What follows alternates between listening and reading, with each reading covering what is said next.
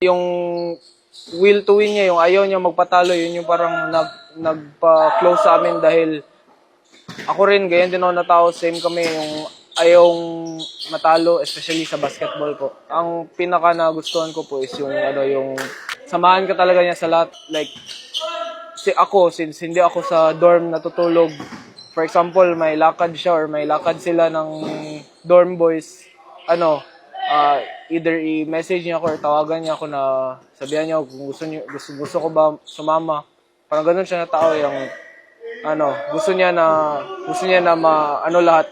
Gusto niya sabay lahat sa walang iwanan. Mahilig siyang mag-encourage sa amin if napapagod na kami or natatalo yung team namin sa training.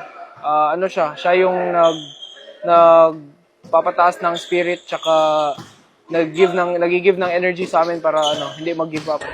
Hi guys, so namin karon sa tabi, upside down. Kasi tanong ka ba, upside down? Upside down. House museum.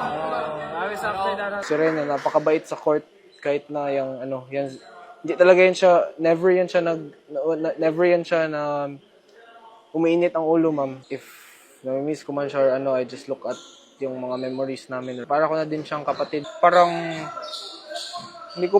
ayaw ko pa eh. Parang hindi ko pa natanggap pero yun, wala tayong magawa, ma'am. So slowly, I think through time will heal lang talaga. Bet, huwag ka nang mag-alala sa pamilya mo, Bet. Kung bahala sa pamilya mo tsaka sa lahat ng iwan mo dito, Bet. Pahinga ka na dyan, Bet.